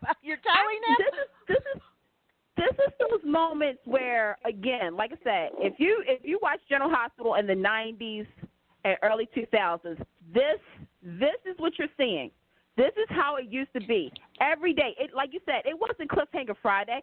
It was Monday, Tuesday, Wednesday, Thursday, Friday. Oh, my God, I can't wait till the next day. It's must-see. To borrow from NBC, that was must-see TV. When you have various storylines that somehow connected, that is what you're doing. General Hospital, and I think everybody across the board has said it, ever since Corona hit and when everybody was coming back, you know, General Hospital has been by far the best soap because they've been doing, they threw out the stuff that I'm pretty sure there was a lot of scripts, a lot of papers. I hope they recycled those papers that was, you know, tossed aside. And for Dan, Chris, the writers over there, everybody to say, you know what, we need to get in sync here. We need to do the show justice. We need to give the fans what they wanted. They wanted wrap-ups to certain storylines. We're going to make it possible. We're going to connect these characters to this. We're going to put these characters in different situations, like a Jason and a Britt. We're going to have, you know, this happened, this happened, this happened. It's like this is a whole new show. Like they reconstructed this show to be better. And I know what some people are thinking. You guys are getting too far ahead. What if they, like, next week they suck? I'm going to tell you something. Next week they're not going to suck. Why? Because there's 2 returns next week. There's 2 returns next week. And one of them we had on the show. Yep, Chad. Can anybody? Yep. And what about when Maxie told Anna? What about when Maxie tells Anna that she's done with her? That's also another credit. It goes back to the history of the show, which again, Candice, you hit the nail on the head. I love that they're doing this bump every day. It's so exciting. General Hospital's on fire. We don't need a Cliffhanger Friday. They're doing it every day. It's exciting. Let me tell you about that. She told Anna that they're done after everything that Anna kept secrets from her. It goes back to the history, which is great. General Hospital is back on, they're back on the map. They're on fire again. I love it. Yeah. Let me just say this about Fiona Hughes. I just got to give a shout out to her. I see an Emmy nomination for her too. Because the thing is that, Anna, you were wrong. I can see where your heart was at. I can see that. But you were so wrong on all of this. The fact that everybody was in – they was just like watching Dr. Obrecht. Because Peter took out – I just loved how they executed this. I was like, nobody better not get married. I said, if one of these couples get married, I'm going to be mad. because both of them are toxic. When Finn looked at her and said, "You've been keeping this from me, but you told him," yeah, I would have been straight up and said, "Yeah, I did." Just like you've been keeping secrets from me too, but we're not going to do it right. See, I would have wrote that whole scene completely different, but we would still gotten to the bottom of that. Did I feel bad for Peter? Pam, cover your ears. No, I didn't. I actually was laughing the whole time. I was like, ah! The only thing better is to say the baby wasn't his. Witch cackling girl over there. I was like, like when he told Valentine, when he said that was the best part, when he said to Valentine, "What, you knew too?" Yeah. I was like, well, no, I have to say, as much as I love him, it's basically, I don't know if it's so much that I love the character of Peter. I love Wes Ramsey. I mean, I was not knowledgeable of him previously, and a little bit here and there in other projects, of course, but like from another soap, like you guys were. But he was shining like that.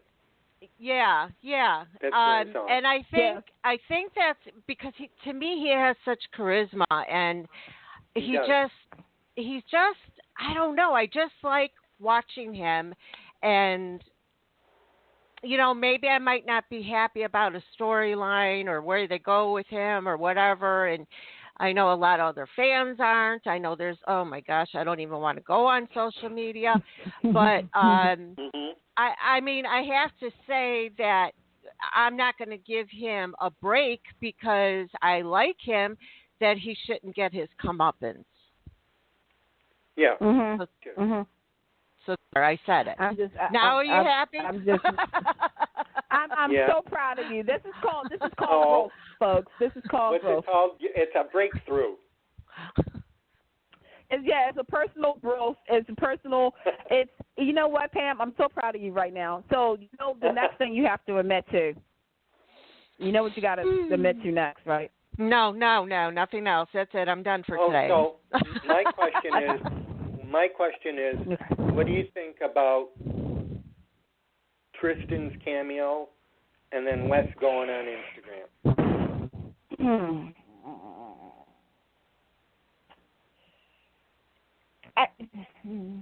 Okay. Let me just say this. Yep. Candice, you have backstory with that one. Yeah, my opinion does not reflect on those of Take Two Radio. If anybody would like to address me, feel free on social media. If you're disrespectful, I will block you. Okay. First and foremost, the cameo. As everybody knows, cameo is pretty much a personal video towards you and the actor or actors or whoever. The person was asking a question of, you work with, you work with so many people, like who's your, like how's it working with this and this and this and this and stuff like that. So basically the clip that everybody saw, which is what, was addressing the fact that Wes Ramsey is a talented actor. Now, Pam, I remember him from Guiding Light, Charm, Venice, of course, Guiding Light, back again, and then, and in between, shows. So I can attest to the fact that he is a good actor. The character of Peter, and I've said this so many times, is a character that was only supposed to be there for a short story arc. 6 months at the most. And they've tried everything to make this character work. And it's been really a disservice to other characters in the way. That being said, Tristan spoke as a fan of the show. I don't think he was being disrespectful. I think he was giving his opinion about everything. Yeah. That's exactly what it was. It was his opinion, right. And he said he respects Wes Ramsey as an actor, as a person. He thinks he's very talented. He just thinks talented. Right. And the thing is that Tristan Rogers has been on this show for over 40 years, on and off. So when it comes down to how General Hospital is, he's one person that I would actually respect his opinion about certain things. And yes, I'm going to say this too. We all of us that are listening, all of us on the phone and elsewhere, can also give our opinions about how the show has been written for characters, for storylines. We've been doing the show for a long time. We've been talking about how some of these storylines are like, and these characters shouldn't have been on this. That's our opinion. I think fans felt a certain difference because he's an actor on the show and he shouldn't have been saying that. Again, here's where again, Tristan was talking to a fan one-on-one, just like Freddie was talking to us today. So some of the things that may have been said may not settle well with you. That's okay. That's your opinion about it. Now, where I will kind of differ is after that was done, Wes Ramsey went on Instagram to address pretty much people were saying, well, what do you think about Tristan Rogers? What do you think? And to me, I felt as though that was a little, again, everything is different. I don't think there was any harm in what Tristan Rogers has said. Now, if he would have said the following, okay, Wes Ramsey is a terrible actor, and we all know why he's a terrible actor. He can't, da-da-da-da. He says about Juilliard, da-da-da-da. His character should have been gone a long time ago. He's a disservice to General Hospital and characters that should be on canvas right now. Yeah, da-da-da-da-da. He did not do none of that. He was giving his honest opinion, his own opinion at that, to a fan who asks, well, how does it work to work with Fiona and with Wes, and what would you like to see more of, and da da da da. That's all. And I think people did take it out because I could name 5 actors who's on social media, not Cameo, but social media, who give their take about the shows too. But guess what? It's their opinion. Right. So to me, right. It was I not didn't anything negative. It was not anything it really negative. Wasn't. So, anybody that thinks otherwise, I'm sorry, but you're wrong, but you're entitled to your opinion. But let's move on from that because we've got 32 minutes left. As far as Maxie and the baby, I almost thought that she was going to stick with him, but then she went ahead and she threw it on, with that she's not going to, that she's got to do the best for her baby. What do you think Peter's going to do next after she said that? Because he's not going to let her go. Okay. So I thought about this, and I thought about the history about Maxie, which then went into Georgie. And I thought about Georgie out of this. I think Peter's going to kidnap that child. I think so too. It would be something Faison would do. So I expect Peter to take over like Faison would do. And not only that, okay, Pam, cover your ears. If they're not going to kill him, which I kind of want, I'm just saying, I can see Peter running off with that child, and that'll be his out. Saying like a good like, oh my God, I don't know where he took the baby. Ah! I can see that. I can see Peter doing that just because he will finally be able to give that child something that he did not have,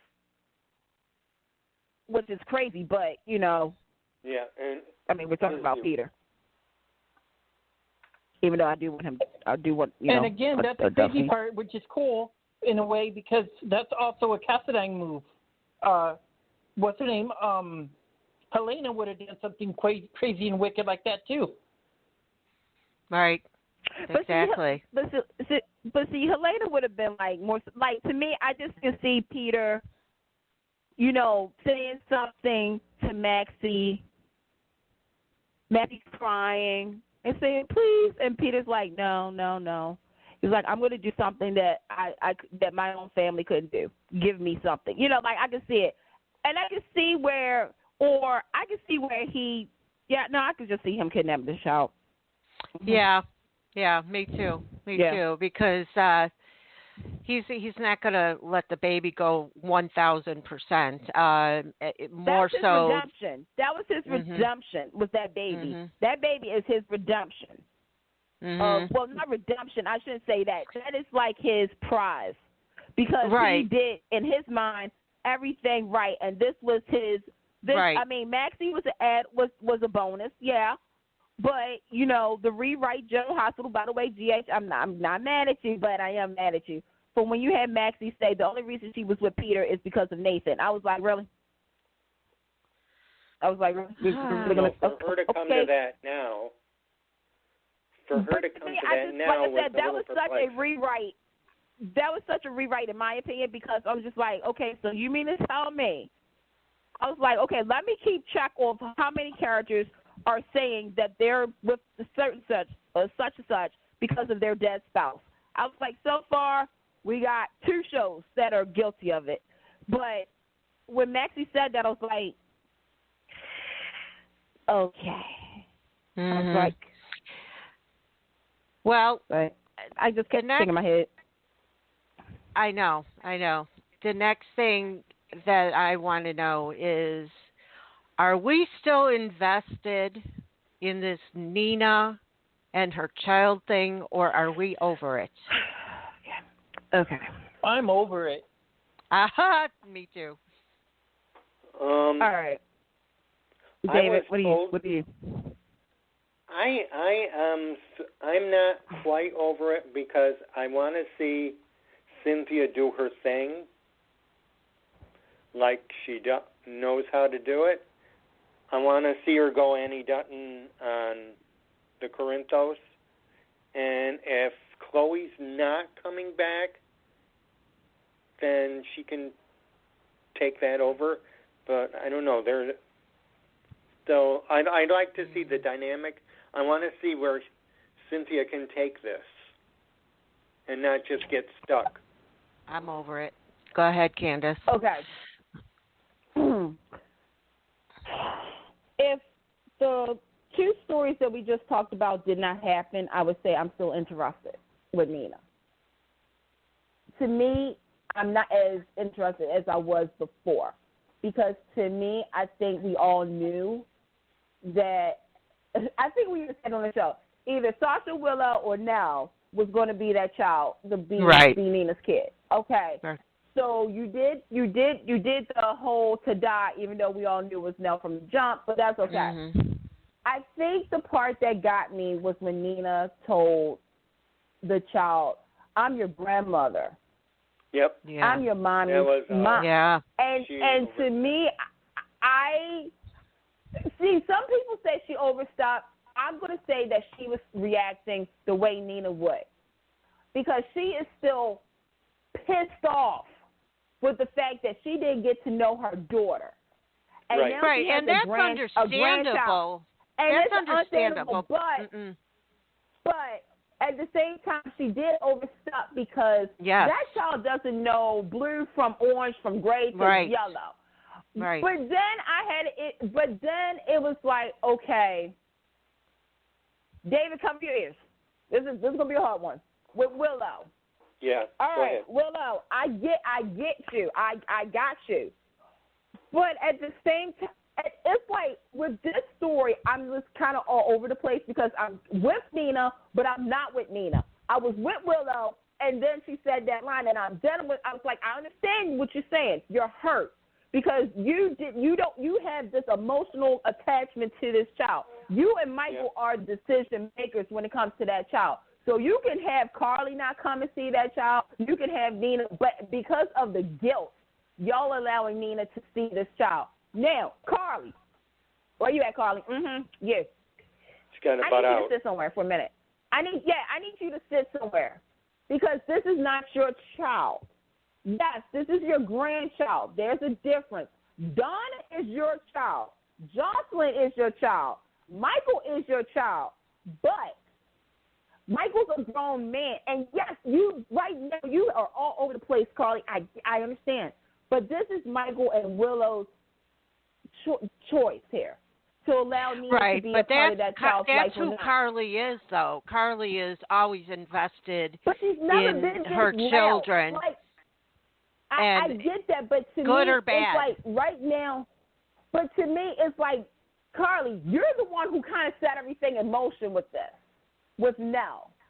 And you can. I always say this. I was like, I wish the writers would have somebody say this. It's like to Carly, like, how would you feel if Michael had a kid? Like you didn't know Michael was your child, and then all of a sudden he had a kid and your grandchild. Like, how would you feel? Like, would you feel like put yourself like in Nina? Nina's position? Yeah, put herself. But because if you think about it, Nina's lost a lot. If we're going to look at the character whole, she lost 20 years of her life, right? Right. Then she, she went a little bit cray-cray, I'm just saying. Then she had a daughter. She had people who she thought she could trust and love who really didn't love her back. So to me, it's like Nina is there's one string left to be broken. And if that string breaks, Nina is going to kill somebody. Well, don't you think yeah. Don't you think it should be Michael to tell Carly to sit down in that corner for a while? But you know what the sad part is? The sad part is I would say yes, it is. But the sad part is he's not. And well, that's what I was going to say. That's why she gets away with what she gets away with, because nobody other than Jason tells her to stop. Right. And you know what I'm worried about? I'm worried about Nina kidnapping Wiley, because it's a typical move that she would kind of like take the offensive. Yeah, she's like, I don't think. If they're not going to let me see Wiley this way, I'm going to go the other way around, kind of like what Nell would be. What do y'all think about that? I don't think she would risk risk jail, because that means she would be away from the child. Now, what I will say is, now here really come down the rabbit hole with me. Okay, what does Nina know that nobody else knows about Sonny? Right. Right. She heard Sonny's voice. Okay. All right. We can totally see where, again, we remember Sonny had a dream about a blonde. Right? Okay. Yes, we did. If Nina really plays her cards right, she would go and see Phyllis, right? By the way, that's what I heard was going to happen, is that she was going to get her revenge on Carly by hooking up with Sonny while he thinks that he's not Sonny, and blah, blah, blah. I would love that. I would love that. That would be Crazy Annie from Guiding Light scenario that I think David was talking about. That would be awesome. Man, I would love that. But here's where they have to not cross the line, because there is a line. You have Sonny, who has memory issues. He does not know who he is, right? Okay. You have Nina. Now, if Nina approaches Sonny, a.k.a. Mike, he's probably going to look at her from the back of her head and be like, oh, it's you. I can see Nina playing that. But, again, there's a line, because if she wants to get her revenge, like, sexual, okay, and I think some of you guys know where I'm going at with this. That's going to be something that's going to be a discussion, because she can do her revenge. She can, have blackmail, and don't call it like, well, guess what? I know something too. I have a secret just like you had a secret too. Like you kept a secret from me. I have a secret that's going to rock your world. Carly is like, what? Meet me in Cornice. By the way, if y'all, Tam, we're curious. If y'all saw today's episode of General Hospital, you know why I said Cornice, okay? Wink, wink. Well, but I didn't see today, so. But that's why I said cover your ears. Cover your ears. But the thing is, I can see where she uses the fact that Sonny, and probably turns Sonny against Carly and Jason and them. That's the story I would like to see. I don't want to see a sexual thing like them by I totally agree and they're in the with bed you. and them in the bed and stuff like that, because that's a whole different discussion that soul fans will have. Like, was he in the right state of mind? By the way, state of mind, Maurice Bernard, check it out. Anyway, dang, I'm promoting like crazy on this show. But I I would be interested, but for right now, that is my C story. And I will see it when it gets interesting and when it holds my attention. Because right now, these two stories about Peter and Franco, I'm telling you right now, General Hospital, go ahead. This was supposed to be sweeps. I'm sure you all know, but in case you didn't, Franco was trending in the United States yes, it was. On Twitter. Yes, it was. Yes, it was. Okay. How long has it been since that's happened that a soap opera was trending? It's been quite some time.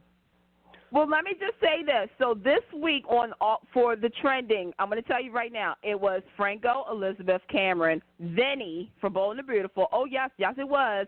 Paulina from Days of Our Lives.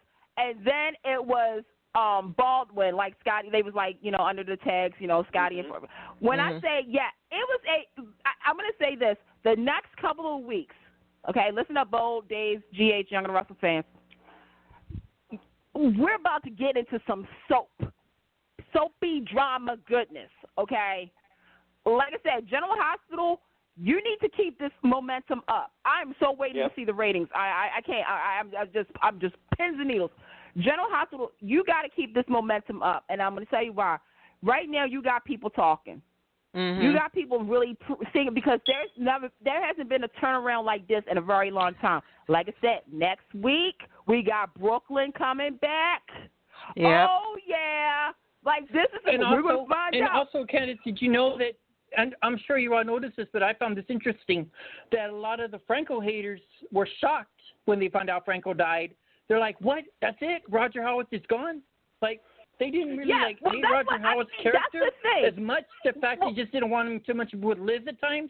But when supposedly he dies, now they're freaking out. They're like, oh, no, we've lost Roger. And the fact that he's still on, that's got another thing going right there. That's another trend. So, again, kudos to GH because, like you said, they're making everybody talk. GH is doing it right. GH is doing it right. And, when we found out about Roger's status and everything, I think some people was like, oh, okay, they're keeping him on, but again, who will he play? All right. I need to say this for our listeners. If you've been longtime listeners, you know that Candice has had the divorce papers out for a long time with General Hospital. She had pen in hand, ready to go. Yep. But it was right. I think the pen has been put down and the papers in the drawer for now. Oh, no, it's still on the table. The ink is dry. I just haven't finalized it yet. That's why I said they have a couple. Right now, General Hospital is doing what I like to call they've reevaluated their plan. Because, I think I said this on here too, is that when all these shows had went, except for Days, well, even Days, I even put Days into it. When Corona hit and shut everything down, I said this was a curse and it was a blessing. The curse was there wasn't going to be original episodes for us. But this was a blessing to whatever they originally had planned, they need to rethink about it. Because you also got to realize, when these shows came back, they can't just be like, okay, we're gonna start from Tuesday's episode 3 months ago or 4 months ago. We're gonna start right back again. Everybody's still in winter clothes when it's the middle of summer. It ain't gonna work. You need to address certain things, and you need to get the viewers back. Because I'm telling you, when those classic episodes hit, people was more invested in those classic episodes than the current episodes. Because people, and I will say this about Young and the Restless and Bold, a lot of people in General House, and I will say this too, is everybody was like, why can't these shows, current episodes, be like what we just saw? Yes. Why is it such an agenda to push these? It was interesting, especially not so much the old viewers, but the new viewers of these shows. They was like, oh, so that's why Sonny is, this is more, Michael wasn't such a dud. Oh, Christina should have been the favorite child. Oh, we get it now. Jason wasn't always this way. Oh, we get it. Thank you, General Hospital. You actually paid attention. Yeah. And I like that Laura mentioned this week. I like that Laura mentioned this week to Carly, and this is kudos for GH. But I love when she told Carly that she misses her friend Sonny. I like that because it stays true to the history of the show. Okay. I'm gonna say something that's very unpopular. Again, my opinion is not the views of Take Two Radio. I love Maurice Bernard. I do on certain things. Good actor. Okay. Some other things we'll talk about later on another day. I will say this. This is going to be really unpopular. I don't mind not seeing so much Sonny on General Hospital. There, I said it. I said it. I'm sure you're not alone. I said it. There's nothing wrong, but I just, it's right. And it's not, again, I'm not throwing shade, but I am throwing shade. I'm throwing the fact that you don't need Sonny, Carly. Like, Carly and Jason, yes, because of the current storylines that they're a part of. But to me, this is one of those times where sometimes it's okay to backburn your lead characters to let other characters and other storylines shine. Right. You see what I'm saying? It's, Yeah. You know, and we know Maurice is filming a movie. I think he just got a new movie now. Like, yeah. No, he's not filming it. He already did it. Yeah. It's already been done. It's just coming out. So I mean, you have him doing all of this, and taking some time. He's a grandfather now. I mean, here's the thing: there will be a day. I'm not saying it's going to be tomorrow. I'm not going to say, but there's going to be a day where Maurice is like, I want to enjoy the simple life on my farm. Right now, General Hospital is, to me, I'm looking at it like, yes, there's a Sonny storyline going on, but it's not as big. It's not as big as these two stories that we got right now. It's not as heavy. Right. Not as it's heavy. not. Right. Like, yes. this is one of those stories that, like, okay, soon as we get over certain storylines, like, this will play back up. Like, I'm pretty sure around May sweeps, June, July, yes, it will be popping again. But right now, it's a story that's happening. It's not on my screen every single day, but we know it's there. So I'm cool with that. Right. Just I get it. Yeah. I love that. Well, we got The ebb and 13 flow. minutes The left, ebb and and flow. we've got 13 minutes left, and we could talk about General Hospital for the rest of the episode. But I'd actually like to touch on Bold and the Beautiful. So I didn't see today's yet, so. I haven't either. I did. Oh, okay. So I'll do this real quick. Like, Go ahead. I'll do a real quick one. So basically, again, this week on Twitter, Vinny was trending. It was the number one character trending for Bold and Beautiful in the United States. So I was like, what in the world? So is everybody current stuff for today, right? Right. Everybody's current stuff Vinny. for today. Okay. So Vinny confessed to the thing we all thought he did. Mm-hmm. He switched to paternity. Oh, yes. Right. Oh, yes. Right. And he was, because Thomas has been the bright spot in all this. This is what I like to call the redemption of Thomas. Yes. Thomas was like, something's wrong with this picture. Like, even I can spot this a mile away. So, he goes over to Vinny, who's the lab technician now, and he was calling out saying, look, I know you. We're like brothers, And Vinny was like, I did this for you. Like, if you had any chance with hope, you would take this opportunity and run with it. And Thomas was like, okay, but I need to know for a fact so I can sleep that you didn't do anything to these test results. And Vinny kept going back and forth saying, I didn't do anything. I didn't do it. Thomas was like, okay, you're saying it, but I want to see it. Now, if you would like to tap into the computer system and show me, then we're going to drop this. Well, Vinny was talking. All of a sudden, Finn comes in. This was the unexpected surprise. I wasn't prepared for this. That Finn came in. He was like, I would like to know that myself. Am I the father of this child? And Vinny's like, looking back and forth, like, stuff like that. So we had a confrontation, and Vinny admitted to it. He was like, yes. And I'm like, oh. I was like, and there goes, well, there you go. And there goes Jackie go, Wood on maternity leave. But well, that's I have to say something about this. Okay, we all knew ahead of time that she's pregnant in real life and that she was going to go on maternity leave, which is totally understandable. But for her to just be all goo-goo-eyed and whatever, like in one scene, and then the next scene she tells her father, but I'm going to break up with him and I'm leaving. I'm like, you know why? What? I don't like how that rolled off. That felt so offish. I feel you. That felt offish. Yes. Well, here's the thing. You got to understand. So I was saying this, okay, and I know people say I'm always defending Brad Bellingham, but this is one of those times where I've always said on this show, besides the sins of the father, there's the sins of the mother. Steffi knows that she can't have good things as far as relationships go. She's not used to it. You got to understand, for the last 10 years, she's been a part of the back and forth with Hope and Liam, Liam, Steffi, Hope, because she knows that for some reason there hasn't been another guy other than Wyatt, but we all know Wyatt was kind of because of his mama. But to me, it's like, okay, she doesn't want to hurt him. She feels as though she is the reason why things don't work out. Because she, again, it goes back to the fact that, Steffi, you wouldn't have been in this predicament if you didn't kind of lower yourself to Liam's wham, okay, while you had Finn. Like, you literally had a good thing, and you ruined it because you still had that image of you and Liam, just like that picture, which, by the way, all right, Bo, I'm putting you on blast. I need that picture gone by April 1st. I wanted it gone already.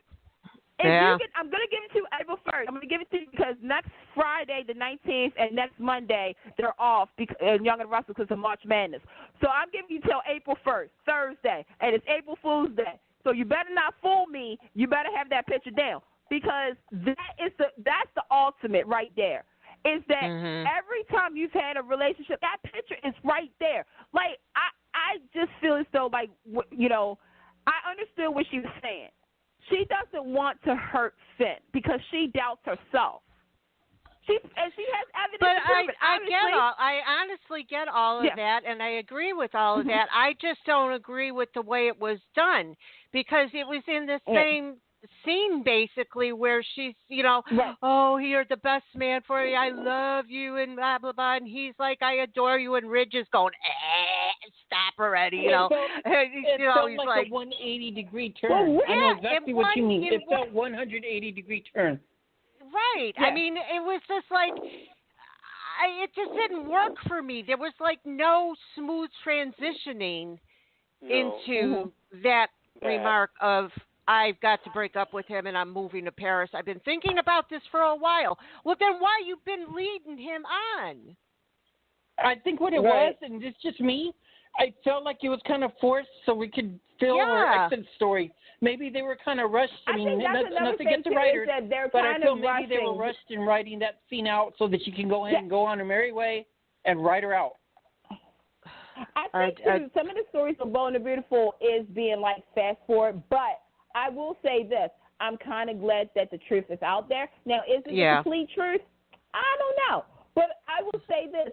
It opens the gate to Thomas and Hope, and Hope choosing. And Liam, sorry, Liam, you're going to have to probably be on your own for a little bit.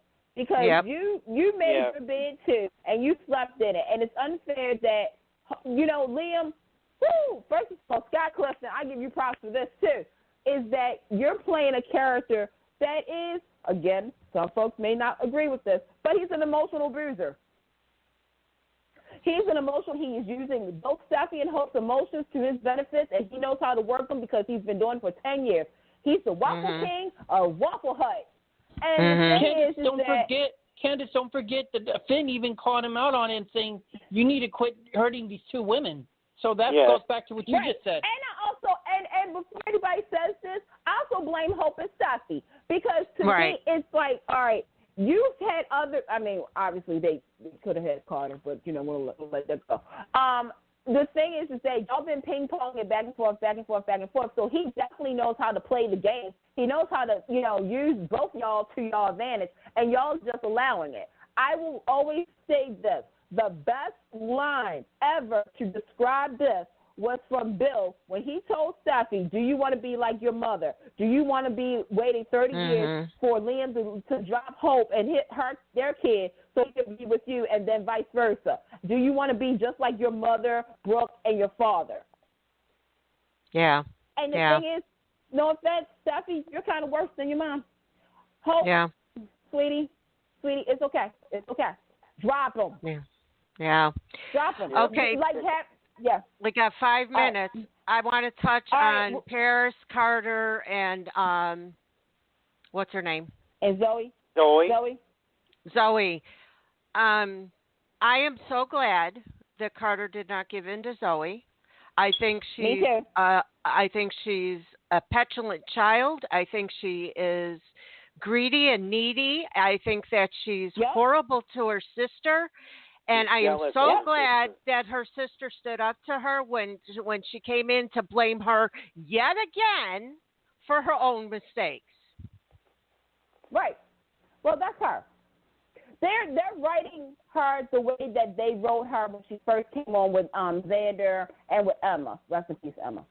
But to me, I love the fact that like Carter, I was worried. I was like, you better not have Carter go backwards on this. But like Carter says, he's been hurt before, but he thought that she was different. And the thing is that Zoe only wants Carter because she got caught. She got caught in the fact that she just wanted the image. First, remember, she wanted to be a part of the Forster clan. Right. And now she couldn't have that, so she goes to the next best thing, which is the COO of Forster. Right. Honey, you want the applause, you want the glam, you want this. You know what? She wants some Zenday candy. Well, Zoe is her own worst enemy. I don't think she wants even that. I just think she wants the Forster name. Yes, because I'm with you. Look how quick she was with Thomas. Because remember, Hope, Steffi, and Liam wanted her to go, and next thing you know, all of a sudden, the magic sex happened, and then she was like hooked on a feeling, and she was hooked on Thomas, and she was mad that, Thomas did. She was like, don't you ever leave me? And now she's doing it too. She's blaming everybody but herself. Yes. You got caught, Zoe. And by the way, this would be a perfect time to say this. I need for Zoe to go full Kim on Meryl's place and blow Forster Creations up. Thank you.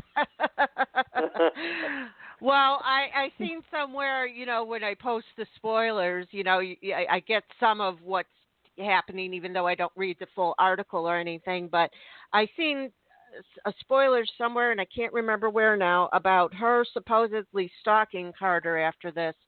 But I would actually like to say, we've got 2 minutes here, I want Carter with Donna. Me too. And you know what's going to be awkward? Yes, I love the chemistry between Carter and Donna. Wait a minute, but here's the awkward part. If they do that, can I get Marcus to come home? Right? Yeah. Can I get Marcus? Okay. Please? Because for those who don't understand why we're saying this, Marcus is Donna and Justin's son, but he's also Carter's adopted brother. Can you imagine Marcus coming in and he's like, "Hey, Mom," and Donna says, "Oh, honey, we didn't expect you," and then Marcus is like, "Hey, Carter, what are you doing here? What are you doing here?" And she's like, "We got something to tell you." What are you doing in my mama's bed? And wait a minute, if Lord St. Victor is listening to this, I'm so sorry I'm doing like this, but women can't resist me. Women can't resist me. I'm just so lovable and stuff. Like I would be so down with that if they have Marcus come back, if they have Donna and him hook up. I would be all even that, or I would say Katie, but Katie, you're kind of not on my list right now. We'll talk next time about you. Yeah, definitely. So, anything else? We got 60 seconds. I know you only got a little bit of time. I just want to send a quick shout out for Young and the Restless to finally, kudos, they finally brought a real villain on. Ashlyn Locke is my favorite. I'm loving the drama that he's already started in Genoa City. It's going to get exciting. All I got to say is Ashlyn and Victoria better happen, or else I'm calling foul Let me see. What else can I say about the show? Candice, did you like how he told Adam and Victor? He said, "Oh, you didn't know about your third party." He's like, "Which party?" He goes, "Your daughter." Oh yeah. Bring it. I'm all for it. I'm all for this to happen, to go down. Also, we weren't here last time, but Sasha as Supergirl, go ahead, girl.